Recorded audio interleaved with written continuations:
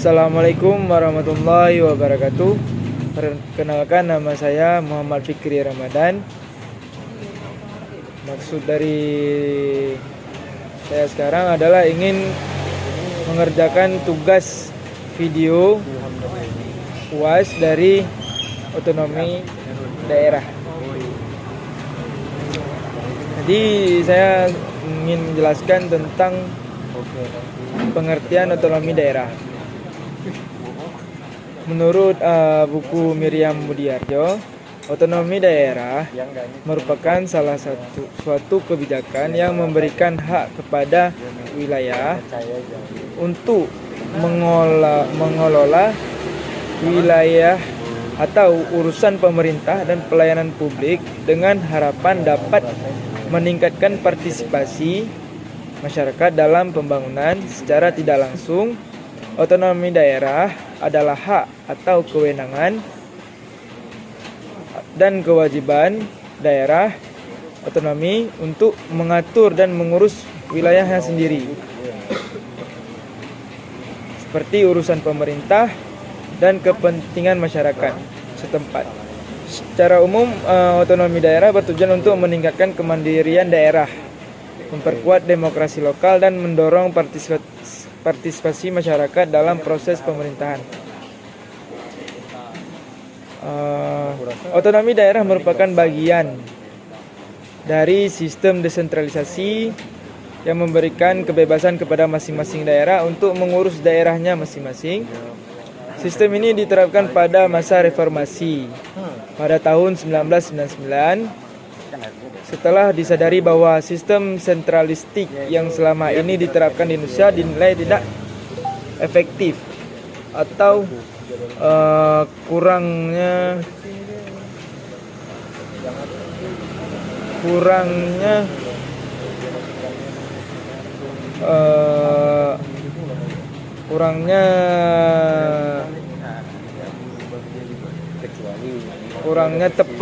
tidak tepat dalam mewujudkan kesejahteraan masyarakat Indonesia yang terkenal akan keberagamannya. Dengan adanya sistem otonomi daerah, maka daerah memiliki kesempatan untuk bertumbuh dan berkembang bersama. Otonomi daerah di Indonesia didapat dari protes terhadap kebijakan sentralisasi. Otonomi daerah lahir sebagai respon atas protes terhadap kebijakan politik sentralisasi di masa lalu. Otonomi daerah juga dipengaruhi oleh dorongan internasional untuk kepentingan investasi, pemindahan kekuasaan, dan partisipasi aktif putra daerah. Terus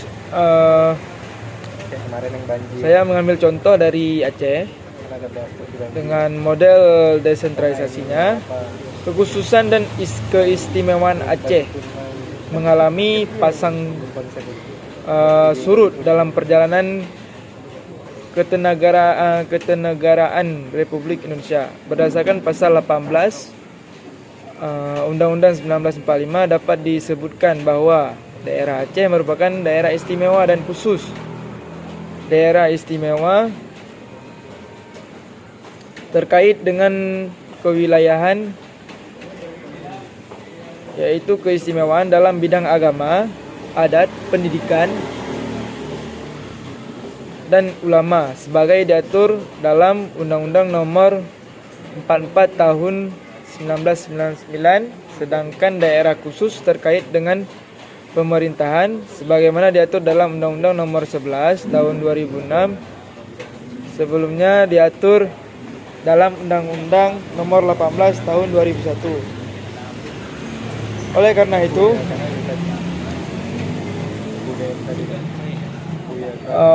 itu, Aceh terdapat dua sebutan, yaitu daerah istimewa dan khusus, sehingga nama Aceh dapat disebutkan daerah khusus Provinsi Daerah Istimewa Aceh.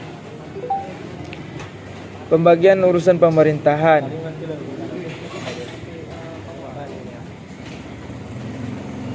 Pembagian urusan pemerintahan, saya mengambil dari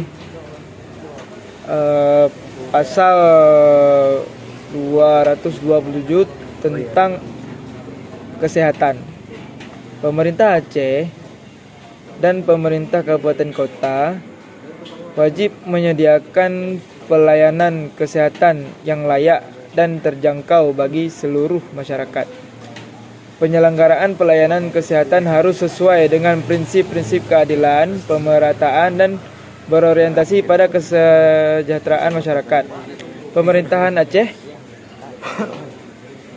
Aceh dapat memberikan jaminan kesehatan bagi penduduk miskin atau kelompok rentan lainnya.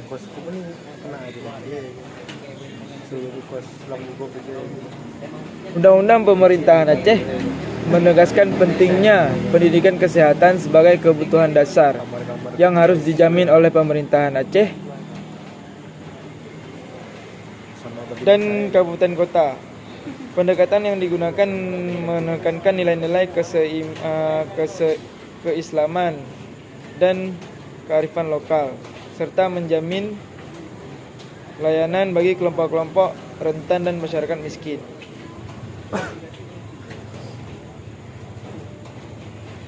Otonomi daerah Aceh juga didapat dari perjuangan, hasil dari perjuangan kemerdekaan Aceh dan Indonesia. Jadi ada tahap-tahapannya, di antara lain kesepakatan bersama untuk menyepakati tentang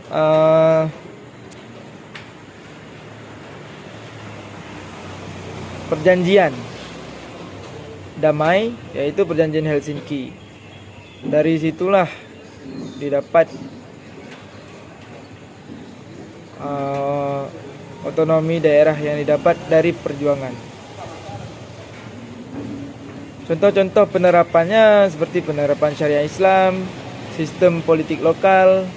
Makanya di Aceh ada yang namanya partai lokal.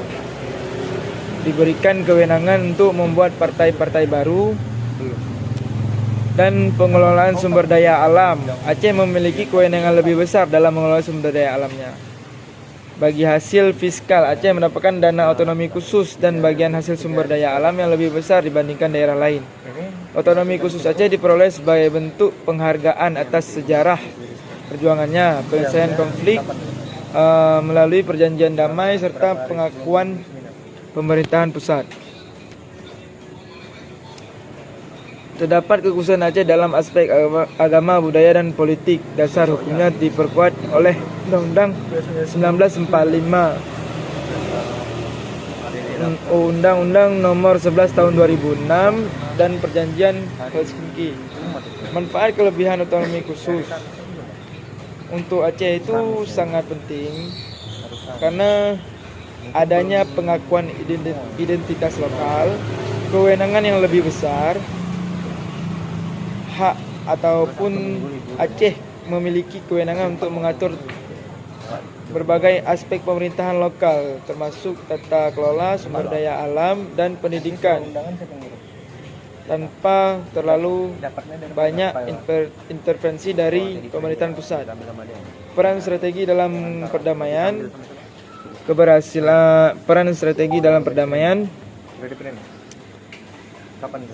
keberhasilan implementasi otonomi khusus di Aceh menjadi model untuk penyelesaian konflik di wilayah lain. Aceh termasuk bagaimana desentralisasi dapat mengakomodasi tuntutan lokal dan memisahkan dari NKRI. Sekian dari video saya. Lebih dan kurang saya mohon maaf. Wabillahi taufiq wal hidayah. Wassalamualaikum warahmatullahi wabarakatuh.